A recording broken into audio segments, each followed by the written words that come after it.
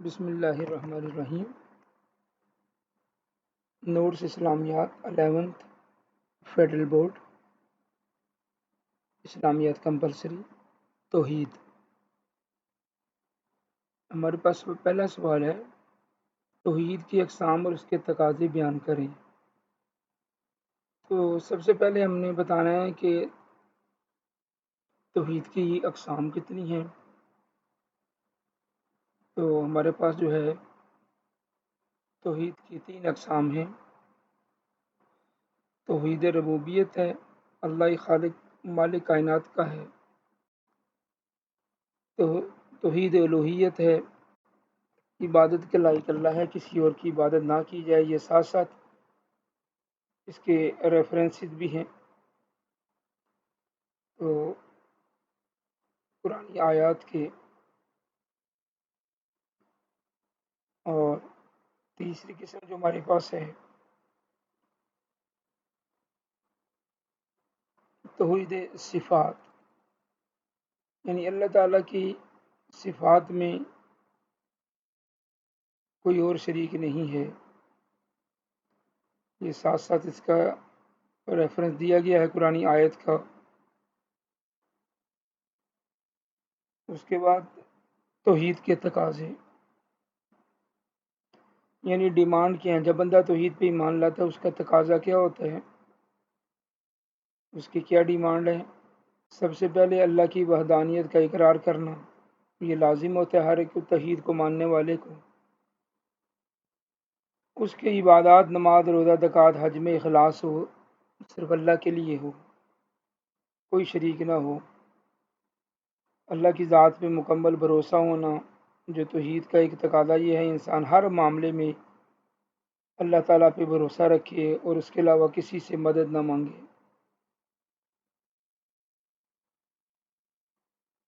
اللہ کی صفات پر ایمان لانا، جو اللہ کی صفات ہیں، رحمان ہے، رحیم ہے۔ تھوڑی سی یہاں پہ غلطی ہے، کمپوزنگ کی، اس کو ٹھیک کر لیا جائے۔ غفار ہے، قہار ہے، اب قادر ہے، قدیر ہے، یہ ساری اللہ کی صفتیں ہیں۔ اور اللہ کی صفات میں کسی کو نہ ماننا، شرک سے بچنا، یہ بھی ایک تقاضا ہے توحید کا کہ انسان اپنی زندگی میں شرک سے بچے، کسی قسم کے شرک میں انوالو نہ ہو۔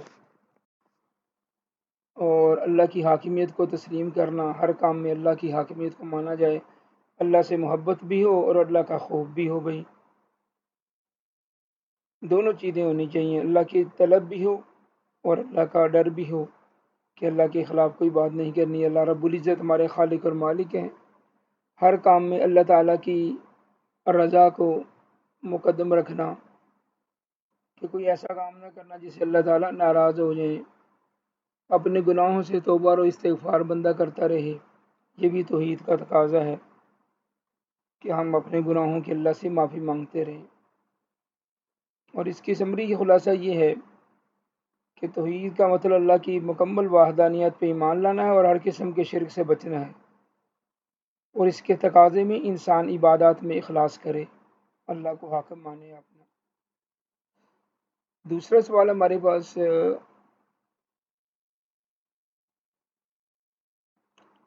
روزمرہ کی زندگی میں توحید کے فوائد اور ثمرہ اثرات اور شرک کے نقصانات، یہ 2 in 1 سوال ہے۔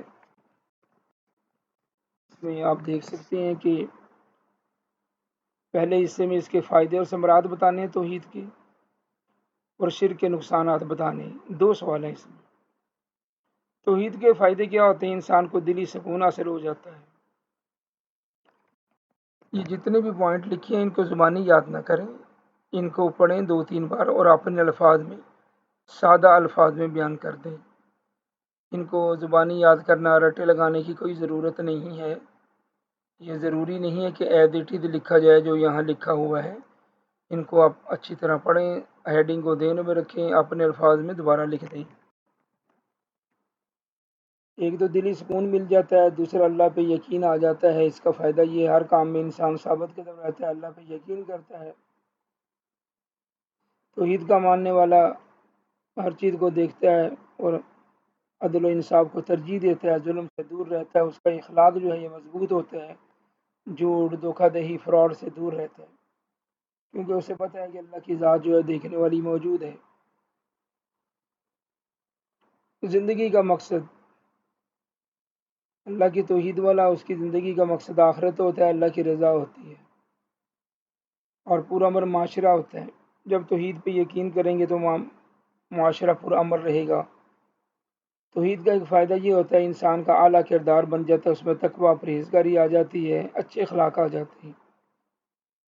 توحید کو ماننے والا دوسروں کی مدد بھی کرے گا، فائدہ بھی پہنچائے گا، نقصان نہیں دے گا۔ اب اس کا دوسرا حصہ دیکھتے ہیں، شرک کے نقصانات۔ شرک کے بہت سے نقصانات ہیں۔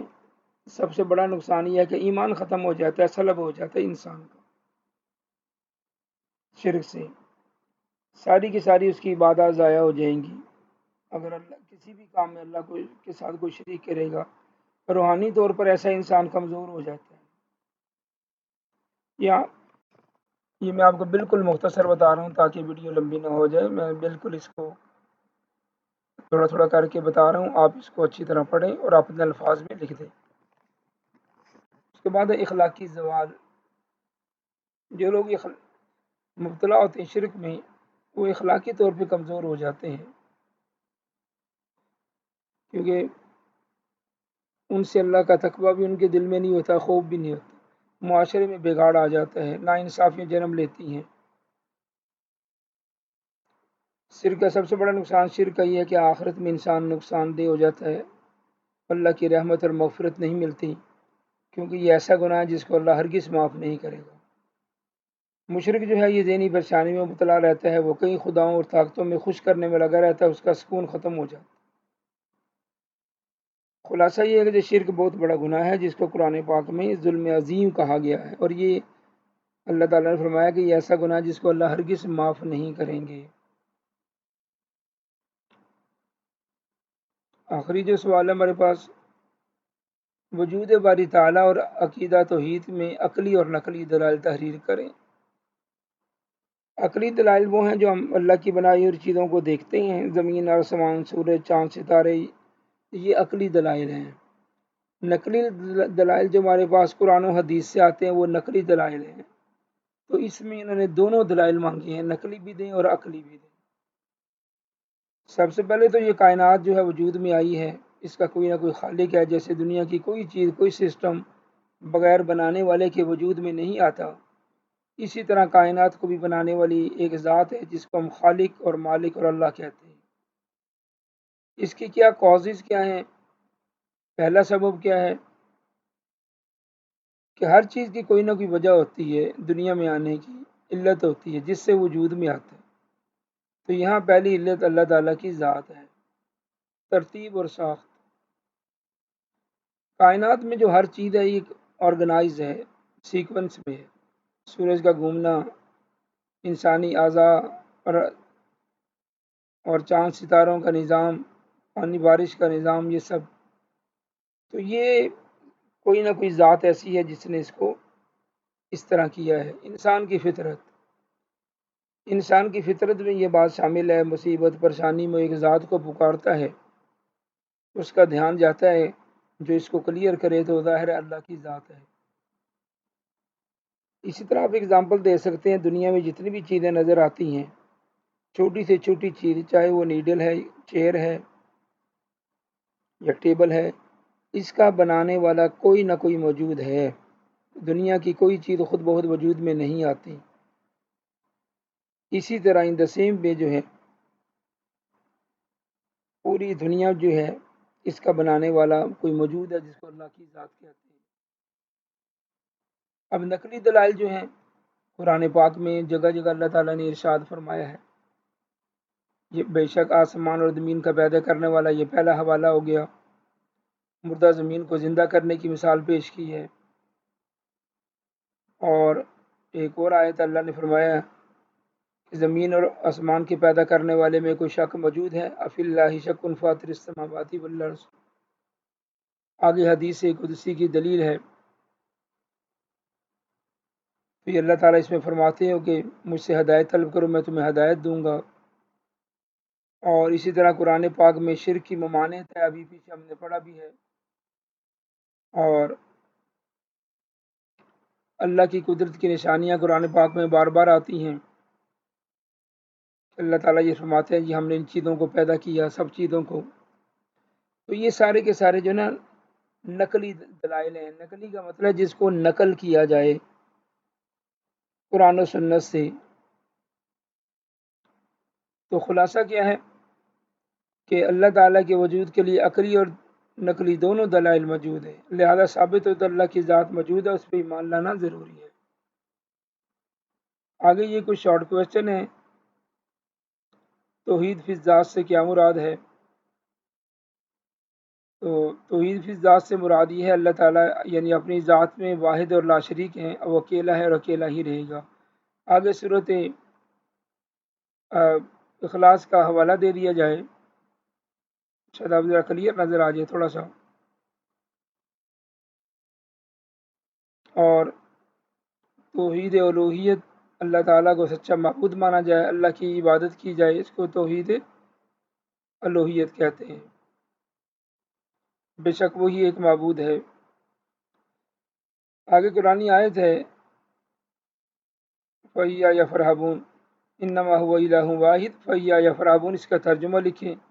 اللہ تعالیٰ کہتے ہیں بس مجھ سے ہی ڈرو۔ آگے جو نیکسٹ کویسچن ہے، مظاہر فطرت جو ہوتی ہیں، جو چیزیں میں نظر آتی ہیں، زمین، آسمان، پہاڑ، یہ ساری سورج، چاند، ستارے، توحید کو مضبوط کرنے میں کس طرح مدد کرتے ہیں؟ تو ہم یہ کہتے ہیں کہ مظاہر فطرت انسان کو عقیدہ توحید کو مضبوط سمجھتے ہیں، کیونکہ کائنات کا ہر چیز اللہ تعالیٰ کی دلیل پیش کرتے ہیں۔ جب ان کو ہم دیکھتے ہیں اتنے اتنے بڑے سورج، چاند، ستارے، تو ہمارا دھیان اللہ کی طرف مضبوط ہو جاتا ہے۔ تو these are the notes of اسلامیات کلاس 11 فیڈرل بورڈ نیو اسلامیات۔ اس کے انشاءاللہ انگلش میں بھی ساتھ ساتھ اپلوڈ کیے جا رہے ہیں، یہ اردو میں بھی نوٹس ہیں، اور طریقہ کار یہ ان کو اچھی طرح دیکھ کے جو ہے سمجھ کے اس کو پریپیئر کیا جائے۔ انگلش میں بھی ان قریب اپلوڈ کر دیے جائیں گے۔ السلام علیکم ورحمۃ اللہ وبرکاتہ۔